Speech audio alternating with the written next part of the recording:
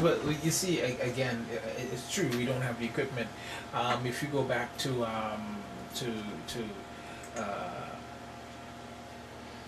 let's say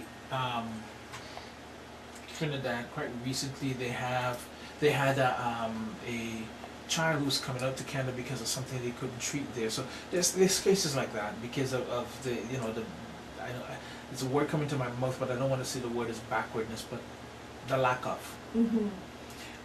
Because you find in some countries too that there's the same as the West Indies Islands, like the West Indian Islands, that they don't have the technological abilities and equipment to work along with this kind of thing. So they reach to that stage where they just make do.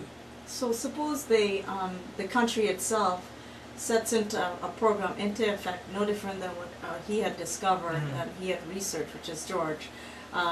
With the people in Spain's mentality is when you die, you don't need the organs, so we're just going to take it and just keep recycling, people's lives and prolonging it that way. I mean, if you don't have the equipment, at least you could put something else in place, and I think that's why we want to meet with the health minister to establish some sort of recognition of what George is doing with the torch of life, because I believe that people in Trinidad want their child to live as just as much as somebody here in Toronto. I don't think parents are any different from anywhere in the world. True, but if you look at it right here in Canada as well, how many people here even want to do that? Right, but that's what I was saying about Spain. If Trinidad, a small island, can see a light bulb in that concept and apply it, maybe that can be an incentive for the rest of the people in the Caribbean, as well as the South Americans, as well as all the continents. Maybe that can be like the way bees, pick up pollen, like it starts to spread. Right. Because that's what George is doing. Is it not?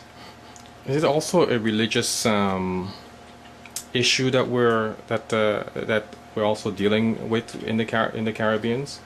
That perhaps they do not want to give part of their body because they believe somehow that's sacrilegious, or they're gonna need it in the next life, or now I'm asking because all of these issues sometimes play a part, and we need to know what really are the issues so that we can change the mindset of the people. Well, I think you're right, but I think predominantly in the Caribbean, isn't it more a Christian mindset down there? Or is that changed or something? It's a combination of different things. That and a bit of the Islamic influence, the Muslims too. And I don't even think as I said, it's not even about a religious belief that would cause it. I don't think the people down there don't stop to think about that. First of all, how many transplants happens within the Caribbean Islands? How many? That's what I'm hearing. More people are dying instead of getting a transplant. Yeah, so there's not a lot of people that do. I mean, not that they don't have transplants, because my sister-in-law's husband had a transplant, and it had to be done in Trinidad. So he did have his kidney transplant. It worked for about 10 years for him.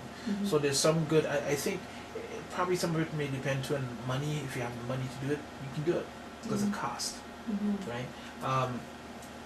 I was even looking at the fact that even right here in Canada, imagine to spend a day in the hospital is going to cost me $205 per day. And I'm thinking, okay, $205 for the room, right? I think we have enough money in this country that we don't even have to pay a dime. But who am I to say that, right? So you're looking at the cost that to bring a child up from the Caribbean Islands, whether Guyana or Trinidad, because the last time they brought this little boy up from Guyana, I think it was, and he had something like, I think, elephantitis. It cost them over 40,000 Canadian dollars. So convert that into Guyana dollars, where one Canadian is probably equivalent to about 120 Guyana dollars. So it's a lot of money.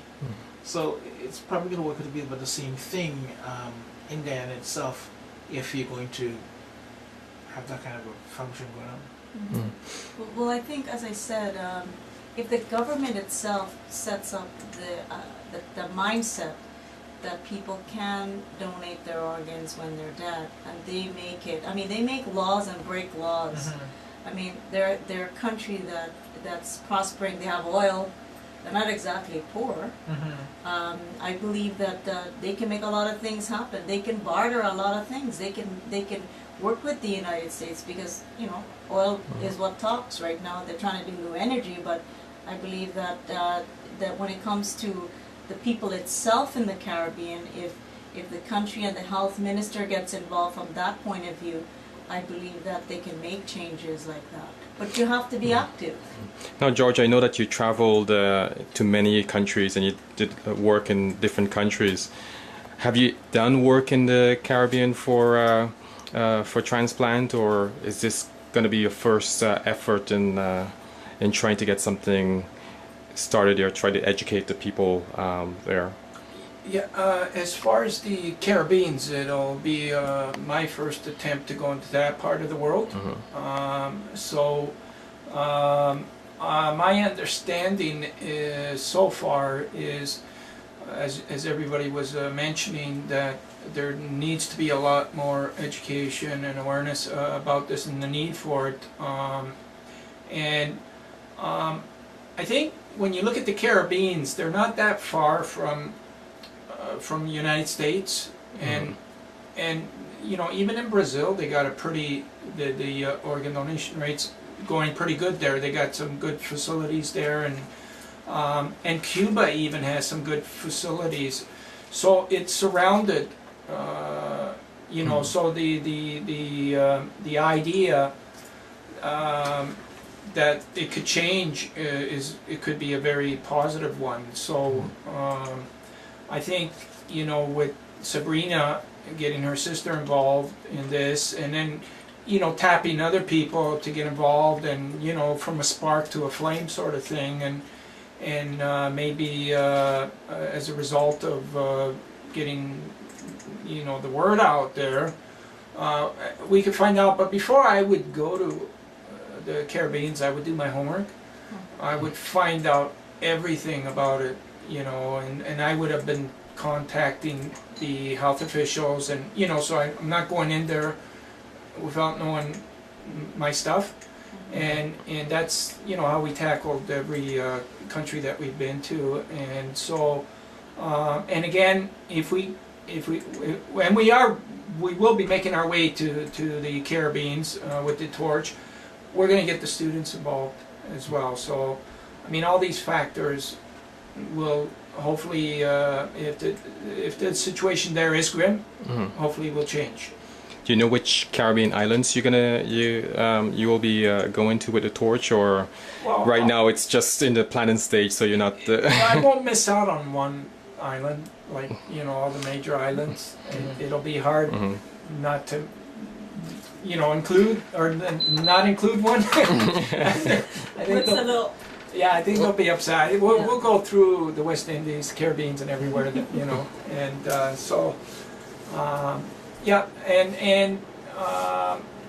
we're going to need help, like Sabrina and everybody else, to get the word out. And I'm sure Clairmont will be someone that we're going to be talking about. Definitely. Like, I know you guys got to run right now, George, but we'll definitely keep you guys posted on what's happening and how things are going. And you know, I need to know more about step by step and what the organization is doing. And I know we got something planned for January. Yeah, we got something planned for January, but we're seeing you on Tuesday. Yes. Okay. Yes, that's right. By the way, that torch that you just held, yeah, like a champ. Yeah. It's going to make its way to President Obama. Oh, cool. We're saying it first on your show. Yeah. Oh, good. Oh, All wow. right. So I'm gonna say, you know, I align with presidents.